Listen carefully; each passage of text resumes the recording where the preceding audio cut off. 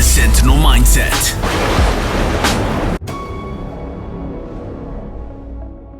Who are York Regional's police finest patrolling the lakes of Ontario? The YRP Marine Unit patrols over 350 square kilometers of Lake Simcoe and 30 other waterways, enforcing fishing and shipping laws. They respond to calls using state-of-the-art vessels. Formed in 1982, the Underwater Recovery Team is one of 6 dive teams in Ontario, specializing in evidence recovery and investigating waterway deaths. Join us as we ride along with this dedicated unit. Next on the Sentinel Mindset. What's up, everyone? We are here right now with Constable Jody Hoff.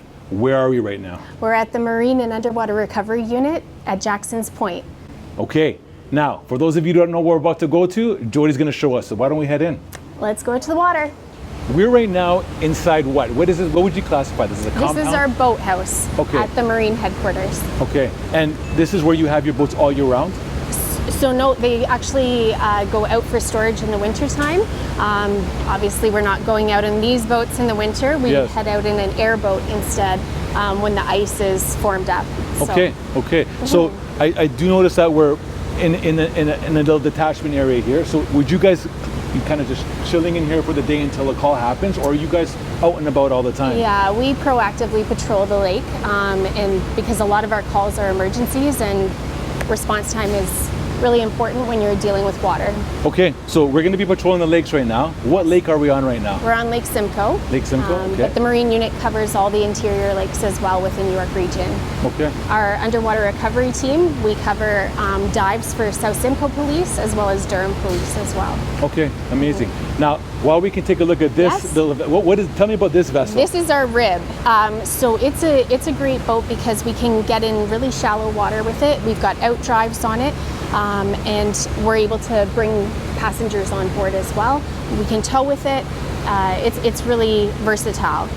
What we're on right now, this is a hike, so we can tow larger vessels. We can do a lot of medical emergencies on this boat.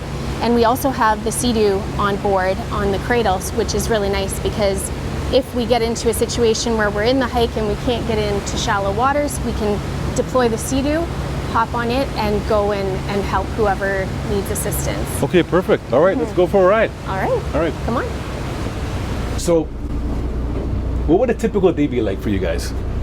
We would be out on the water patrolling Lake Simcoe, and any calls that come in with people in distress on the water, we respond and deal with. We cover pretty much the entire lake, so our response time can be pretty good. Where we're positioned here at Jackson's Point, we're kind of in the middle of Lake Simcoe. Okay, so is there, like, obviously because we're in the summer season right now, your calls are probably a lot higher. And right. I'm probably assuming a lot of it has to maybe deal with intoxication on boats and people doing silly things? Somewhat. Most of our calls are either for medical emergencies or boats in distress. Okay. So a lot of people that are unfamiliar with boating come out here and find themselves in a situation where they can't get their boat operable, and they start to get nervous because the sun's setting and they're running out of daylight and they're in the middle of the lake and have no way of getting into shore. Okay. Is there like a lot of drownings that happen, or like close drownings where you have to do rescue missions here? We've had to, unfortunately, there are drownings every year that take place. Most of it's unfamiliar swimmers, right? People that aren't comfortable in the water and don't realize that life jackets can save your life as long as you put them on. Okay. So yes, there's drownings that we've dealt with, and to do with the beaches as well. So sometimes it can be as simple as wind direction plays a huge factor on people's floaties, and then they find themselves away from shore and they don't know how to swim, and they don't have a life jacket with them. Okay. So you guys are regularly patrolling the waters? Yeah, every day. 24/7 we are on call. So anytime Marine is working, that platoon is on call that night. So we patrol in the summers. We have a shift that starts at 9 a.m. and then we also have a shift that starts at 11. So we work until 11 p.m. and then any calls that come in after 11 p.m. We are on call. So if there's somebody here at night? No, so we're on call. So we would come back Okay. from home to respond to a call. So shifts are very, very different than your typical 2 on, 2 off, 12-hour shifts. Absolutely, yes. Okay. Yeah, we run a different schedule completely, which is kind of nice. Right. I mean, your this career is can take a few different paths when you're a police officer. Tell me a little bit about the training that one we were required to be part of this unit. Because I saw some photos inside the detachment, of a helicopter dropping some. We'll show some B-roll here. What's kind of the training that you would do for this unit? Yeah, so we are all commercially licensed divers. So Really? we have a 2-month dive course that we have to go on to be successful in this unit. And so that's a huge component. And then we also do boating courses. So we all have to be proficient in operating all of the vessels at any given, today's a perfectly flat day. This lake can turn up very quickly. So you have to be comfortable in operating all of our machines. So you're seeing the summer vessels that we have. In the wintertime, it's a whole other host of machines that we operate. We've got snowmobiles, we've got ATVs, we've got UTV, we have an Argo, we have an airboat. All of them take a level of understanding how the machine operates and how to utilize it given the situation. Okay, so would this main unit be the one that services all the area, or do you have several other units for Marine? So this is it. Okay. Yeah, so we all report to this headquarters, and from here we're based out, and if we have enough people in, we might have a boat go to the east side of the lake and one go to the west side, just to limit our time, our response time to calls. Okay, very nice. And how long have you been on the service for with this service, Marine unit? So with Marine, I've been here for 3.5 years. 3.5, okay. How long have you been on the Marine unit for? Over 10 years. 10 years. And tell me, do you enjoy this unit? That's why I'm still here. Okay, so what do you look forward to? Like, I mean, we talk to many police officers in many different divisions. What are things that you look forward to part of this job? This is a different job for most people getting into policing. You need the policing background to get into this world, because then it amplifies. Now we have so many other statutes that we enforce and other agencies that we are responsible for. Okay. So we're governed, especially with the dive, by the CSA standards and the OREGs that guide the police diving and public service. Okay. Yeah, you turn into mechanical, more outdoors. You still have the policing background, but you had to add so many more things on it, like operating vessels in the winter, in the summer. Like, we'll be out here in December in the snow in a boat. Really? Until it freezes, until the last boat's off the lake, we're out here. Wow. So So and we're the first in too, because the same thing. As soon as people can get their boats on, they're out here. So they need assistance. what kind of issues do you? And right now we have over there. What's that one called? You have the name for that boat?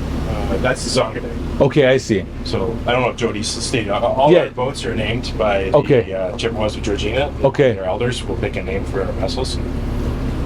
Very cool. So the calls that you would deal with in the wintertime, would that be for more people that are like what? Because who's really coming on in the wintertime? Oh, in the wintertime, so the water limits your access. So if you don't have a boat or a vessel or something to get out here, it's limited to people who have vessels to come out or stick to the shorelines. Okay. In the winter, it's frozen and it's open access to anybody. People from the city come up and they drive their cars out here because they see the locals out here, and then Right. they go into cracks and they get stuck. And Yeah, for sure. it turns into a free-for-all out here in the winter. There's probably more people in the winter than in the summer on the lake. Okay, tell me about the diving portion of the job. So I know you guys have your scuba license.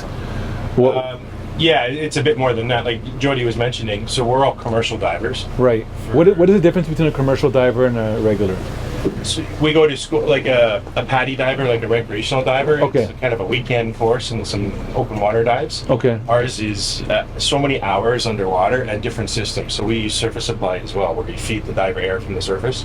It's a safer method because you can just keep in more bottles on top Yeah. if they get trapped below. Okay. So we're a scuba diver, you've got your air on your back and you're trapped and you're out. Okay. Okay. I see. So and then we dive with full harnesses and comms and lifelines and Right.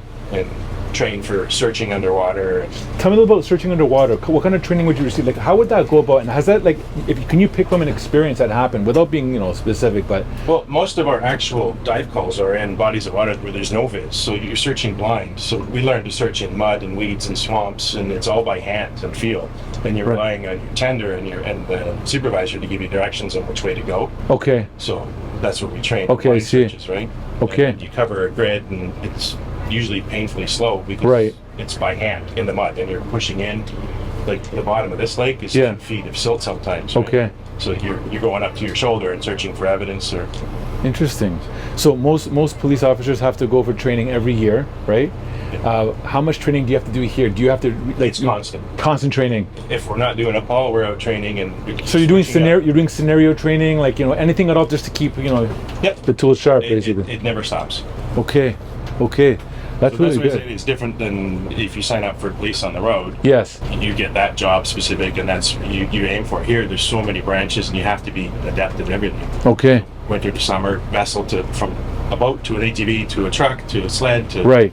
to diving to, and out here, you're diagnosing your own problems and fixing it. It's not like you get pulled over and Yeah. wait for somebody to come help you. You got to know your vessels and. Okay.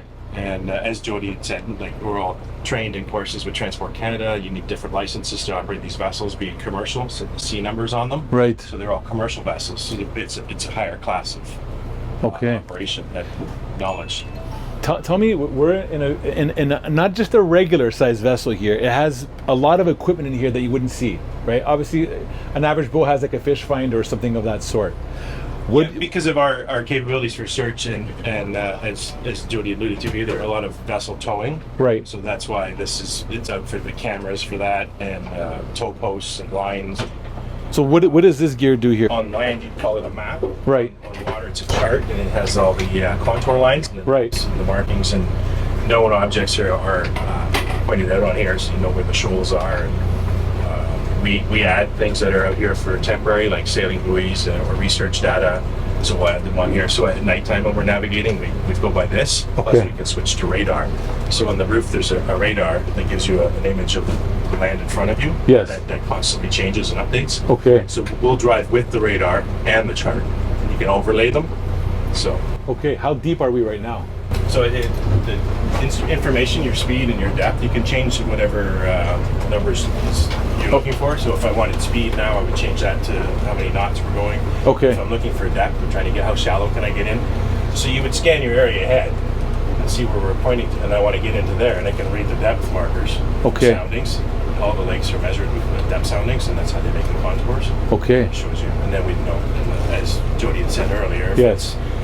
it's too shallow of a location, swampy or weedy, or for this big vessel, then Right. we launch the smaller PWCs. Okay. I noticed you guys also have the same kind of display screens that police have in their vehicles. Yeah, because we're still police as well. Right. We have the MDTs that the cruisers will run, and it gives Right. us all our updates and communication with comms. Okay. So you basically are doing everything on land and on water. Right. And you have all those same tools. Plus extra things. Plus extra, absolutely. Okay. Tell me, can you come up with an experience that you had where you had to put your training in rescue into practice? Yeah, every day. Can you tell us? Like, I want the audience to kind of truly understand what you guys have to go through. You know what I mean? Sure. Different wave conditions can make a call a lot more difficult or easy. A day like today would be nothing to go up and rescue somebody that's out in their boat and they need assistance into shore to tow them. It would be nothing to think about on a day this calm. However, with some waves, it can get very complicated very quickly. So relying on your teammates is huge in this unit. Understanding that whoever's operating understands what that other person's doing on the boat to get attached and to deal with the person and do all of the things that need to happen while we're responding to the call, prepping before we even get there. I've been on dive calls as well. That's a whole other set of equipment and gear that we're using, and our training comes into practice every time we deploy. Okay. I've dealt with people in crisis out on the water. Very different than dealing with them in their residence or on land, because there's a lot of other factors that you need to think of. Hypothermia, their state of mind, what depth are we in throughout the course of the call. It's definitely, you're navigating through a lot of different things when you're out on the water and dealing with a regular call. Okay. That would be a regular call on land, right? No, for sure. What goes through you? Like when you get that call, right? And that phone that we heard go off, is that like the call phone line? That's the one. It's all forwarded to mine. So when it goes off, right? Do you tell me what goes through? Do you get like a little bit of adrenaline and like go through, like, you know, you don't know what you're about to answer the phone to, right? Absolutely. We every time you don't know what you're going to be dealing with. You don't know who's on the other line, whether it's another police service calling us for help because they call us directly sometimes, right? Or whether it's a citizen out there that needs immediate help, or whether it's going to be our dispatch just checking to make sure everything's okay on the call that we're on, right? Yes. We also have VHF radio, which is connected to all other large vessels on the lake. So we deal with other boaters that are familiar with boating. Okay. Sometimes, and so that's great. So then we can respond and sometimes get calls at the other end of the lake for a boater that really needs us right now. Okay. It's also connected to the Coast Guard. So our Coast Guard comes out here and we do training with them.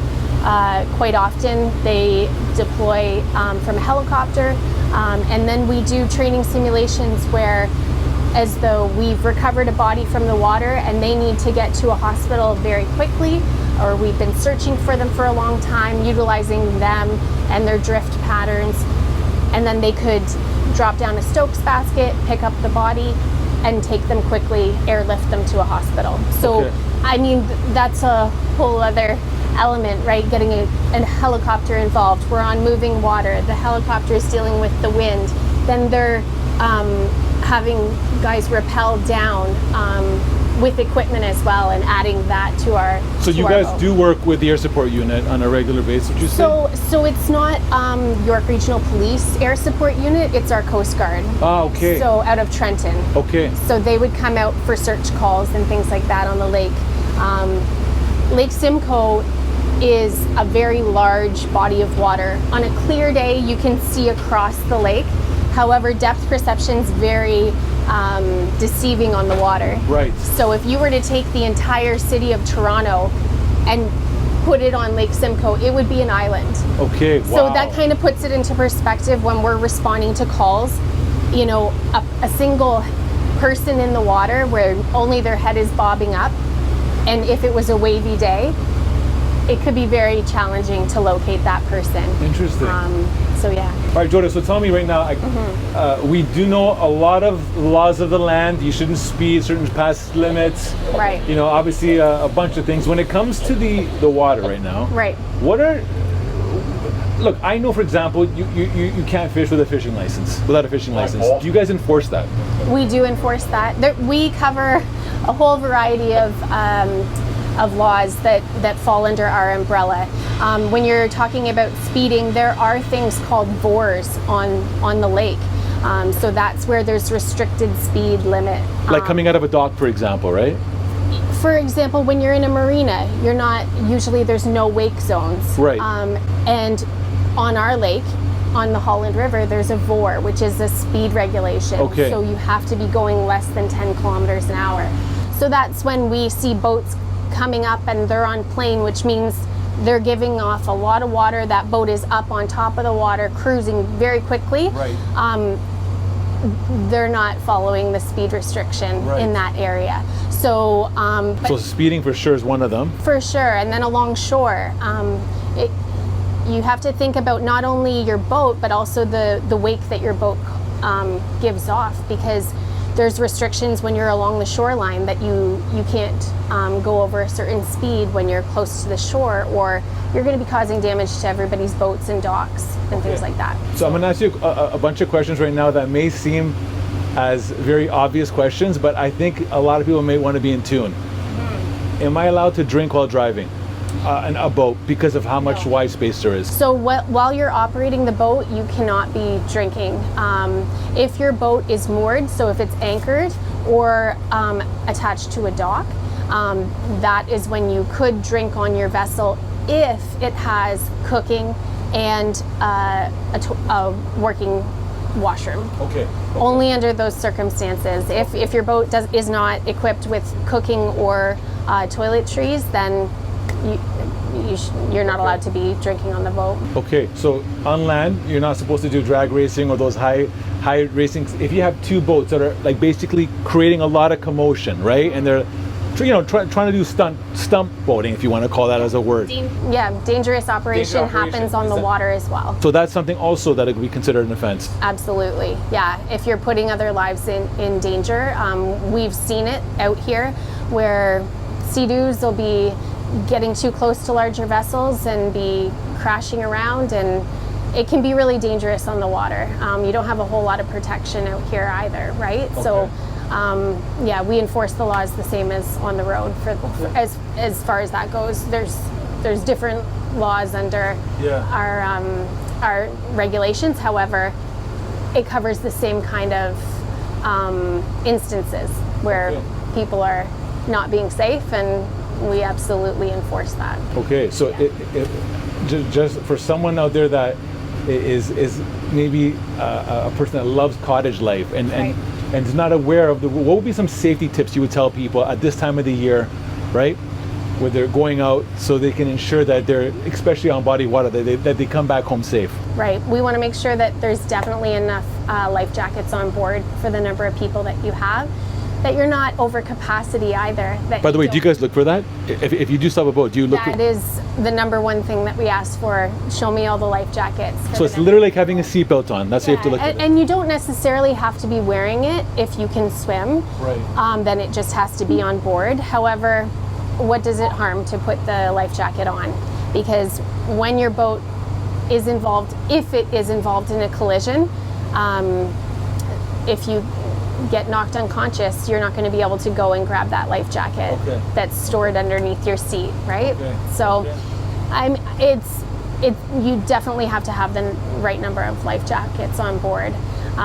Here we have a lot of beaches that have swim areas, and a lot of boaters aren't familiar with the fact that they can't go inside those swim areas. So we want to make sure that our swimmers are safe as well, right? Everybody's out here to enjoy the water, and we just want to make sure that we can do it safely. Okay, amazing. So I want to go into a little bit of your origin story right now. So you've been 3 years with the Marine Unit, 3.5, and after you got to first class constable, was this on your radar? Like, I want to do this? Always. So I started with the RCMP, and out there my staff sergeant was on the dive team. Okay. And so right from the get-go, at the beginning of my career, I was interested in diving. I was a PADI diver already, a recreational diver. So that was on my radar, and then the Marine Unit turned into a Marine and Underwater Recovery Team, and that came out as a unit that I could apply to, and so I went out for the first selection after that happened. What did you do to get ready for that? Because look, a lot of people that watch your videos either want to become police or already police, and then they're just finding out about the different, divisions that are within. Right. So for yourself, what did you do to prepare for it, to get ready for this? Was it something like, I'm good for swimming, or was there anything else that you had to do, like physically or mentally? So definitely I was familiar with the water, familiar with boating my whole life, a swimmer, a diver. So a lot of the boxes checked off for me just from my personal life that I could apply to my career.